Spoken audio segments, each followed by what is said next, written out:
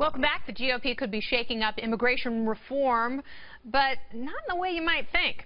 Senators Ron Johnson from Wisconsin and Senator John McCain, they introduced the state-sponsored visa pilot program of 2017.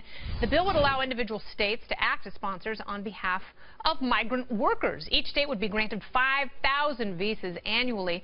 The federal government would only be involved in the background and health checks of the state-sponsored migrant workers. The plan is similar to the successful Canadian program administered 20 years ago. But can it work here? Let me bring on someone who's been writing about this for months. She's been researching it for years. It's Shikha Dalmia, a senior analyst at the Reason Foundation. Welcome back, Shikha. Thanks for having me, Kennedy. So I think this is a really interesting idea because we are at an impasse on immigration. Is there a way of allotting a little bit more power to individual states so they could decide a better implementation of immigration policy, particularly with visas? Yes, I think there absolutely is, Kennedy. Look, the route that we are in right now with building border wall on, with Mexico, which will essentially militarize, in my view, the border if it's going to work at all, and creating a police state at home where we are trying to deport people, and none of that deals with the root cause of the major issue that has stymied immigration reform, which is the undocumented population. Yeah. The reason we have this large population is because we don't have legal guest worker programs for them.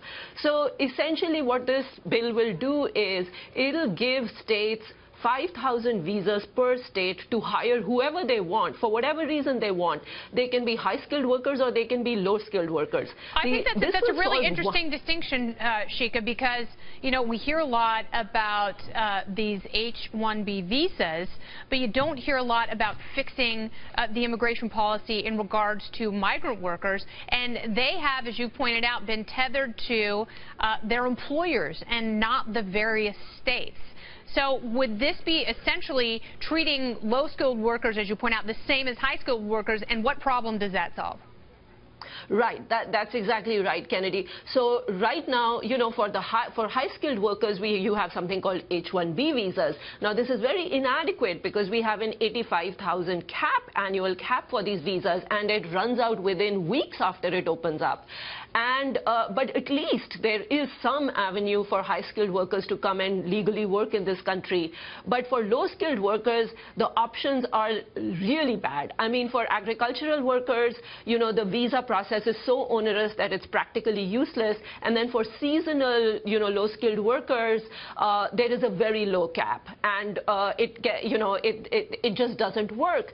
And what this program will do is it'll start in a very modest fashion and say, hey, each state, hire whoever you want. It doesn't matter you want low skill, and that'll eliminate the discrimination you see in the current immigration system, where states like Wisconsin, where Senator Johnson is from, he has a huge dairy industry, and they need people in that industry, and that industry is really suffering. Agricultural industry suffers.